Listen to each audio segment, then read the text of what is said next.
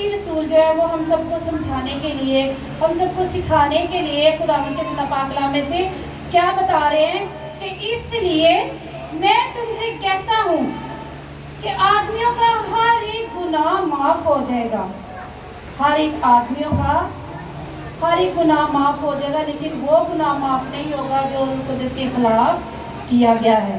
اور پھر کہ ابن آدم کے خلاف بھی اگر آپ بولتے ہو تو وہ بھی معاف ہوگا، لیکن روح القدس کے خلاف کی گئی بات جو ہے وہ معافی کے لائق نہیں ہے۔ کہ آدمیوں کو تو ہم ایک دوسرے کا گناہ کرتے ہیں، وہ خداوند ہمیں معاف کر دیں گے، اگر ابن آدم کے خلاف بھی کوئی کفر بکتا ہے تو وہ بھی معاف ہو جائے گا۔ ابن آدم کون ہے؟ ویری گڈ، ابن آدم یسوع مسیح کو کہتے ہیں۔ تو یسوع مسیح ہے، تو یہاں پر لکھا ہے کہ اگر کوئی ابن آدم کے خلاف کفر بکتا ہے تو وہ معاف کیا جائے گا، لیکن روح القدس کے خلاف جو کرے گا وہ معاف نہیں کیا جائے گا۔ اب ابن آدم اور روح القدس میں کیا فرق ہے؟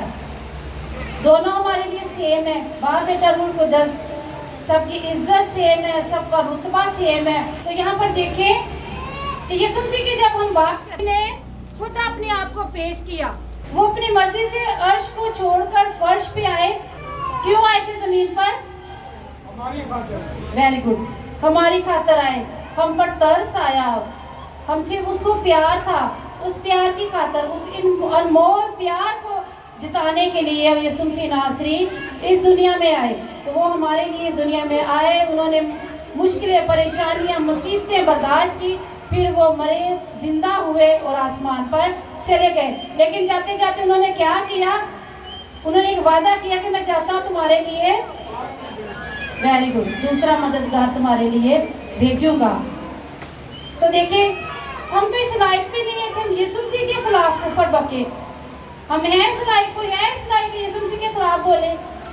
ہو ہی نہیں سکتا، ہم اس لائق نہیں، وہ ہمارا خالق ہے، ہم اس کی مخلوق ہے، اس کے ہاتھ کی کاراگری ہے، تو ہم یسوع مسیح کے خلاف کفر نہیں بول سکتے، کوئی غلط بات نہیں کر سکتے۔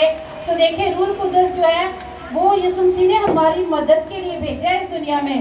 دیکھیں روح القدس ہمیں گائیڈ کرنے کے لیے اس دنیا میں آیا ہے، روح القدس ہمیں سکھانے کے لیے آیا ہے، وہ آسمان پر نہیں ہے، خدا نے دوسرا مددگار بھیج دیا ہے، وہ دنیا میں ہے، انسانوں میں ہے، اس کے لوگوں میں ہے۔ ہم نے سمجھنا ہے، خود فیل کرنا ہے، اس کو محسوس کرنا ہے۔ جب اس کی موجودگی ہم محسوس کریں گے تو بے شک وہ ہماری زندگی میں بڑے بڑے کام کرے گا اور ہمارے وسیلے سے بڑے بڑے کام کرے گا۔ ایمان رکھتے ہیں اس بات پر؟ Very good. تو جب ہم روح القدس کے خلاف ایسی بات کوئی کرتے ہیں یا اس کو ہم اگنور کرتے ہیں تو خداوند کے زندہ پاک کلام میں لکھا ہے کہ اس انسان کا گناہ معاف نہیں ہوگا۔ پھر یہ لکھا ہے کہ نہ اس عالم میں نہ اس عالم میں۔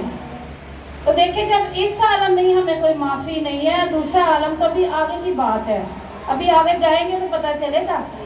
اس عالم میں تو ہم اپنے گناہوں کو کم کریں، اپنی زندگیوں سے مشکل پریشانیوں کو دور کریں۔